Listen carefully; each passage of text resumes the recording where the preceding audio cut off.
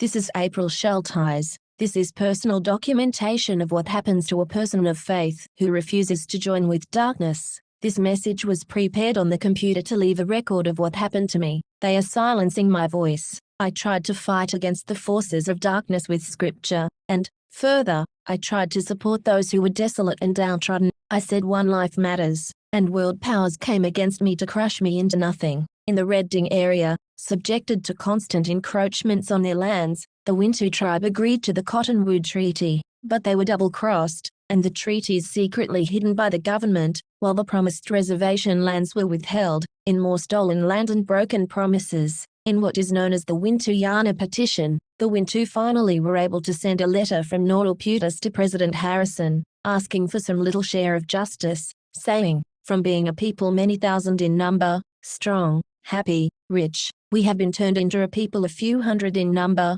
a poor, weak remnant without land, without money, without education, without credit, looked down upon by men who slew our kindred and possess our ancient home." Such are the Wintu today. But it wasn't over. The federal government removed Wintu people from the McCloud River after the construction of Shasta Dam. In 1941, Congress passed the Central Valley Indian Land Acquisition Act, promising compensation for lands flooded by Shasta Dam. But in 1943, the feds evacuated the indigenous people and bulldozed their homes, then decided not to compensate them, but that they would be served better if they would leave the county entirely. Really, that sounds a lot like what happened to me. Other people decided to steal from me repeatedly and push me out, and then decided to get rid of me entirely. This is April Shell Ties, using the computer to produce this message. I am from the Grey Eagle, California area, and was told indigenous people simply moved on. Now I'm sure the truth is far worse than that. The scriptures say,